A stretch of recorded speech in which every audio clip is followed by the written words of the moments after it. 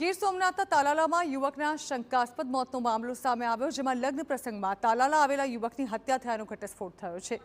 અજાણ્યા ઈસમોએ યુવકની હત્યા કરી હોવાનો ખુલાસો થયો છે। તીક્ષ્ણ હથિયારના ઘા મારી યુવકનું કાસળ કાઢવામાં આવ્યું। મૃતક યુવક માળિયા તાલુકાના જૂથળ ગામનો રહેવાસી છે। યુવકની હત્યા થતાં યુવકના સમાજમાં રોષ ફેલાયો। આરોપીઓ નહીં પકડાય ત્યાં સુધી મૃતદેહ સ્વીકારવાનો ઇનકાર કરાયો છે। આરોપીઓ કડક સજા કરવા સમાજના લોકોએ માંગ કરી છે। મૃતદેહ પોસ્ટમોર્ટમ અર્થે જૂનાગઢ ખસેડી વધુ કાર્યવાહી હાથ ધરવામાં આવી છે। તો યુવકની હત્યા મામલે પૂર્વ ધારાસભ્યનું પણ નિવેદન સામે આવ્યું છે। ગણતરીના કલાકોમાં આરોપીઓની ધરપકડ કરાશે તેવી ખાતરી આપી છે।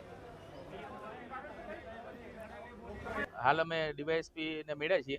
ડીવાયએસપી એવું કીધું છે કે વધીને 2 કલાકની અંદર અમે આરોપીઓ સુધી પહોંચી જશું અને પીએમ માટે જે મૃતદેહ છે એને જુનાગઢ રવાના કર્યો છે।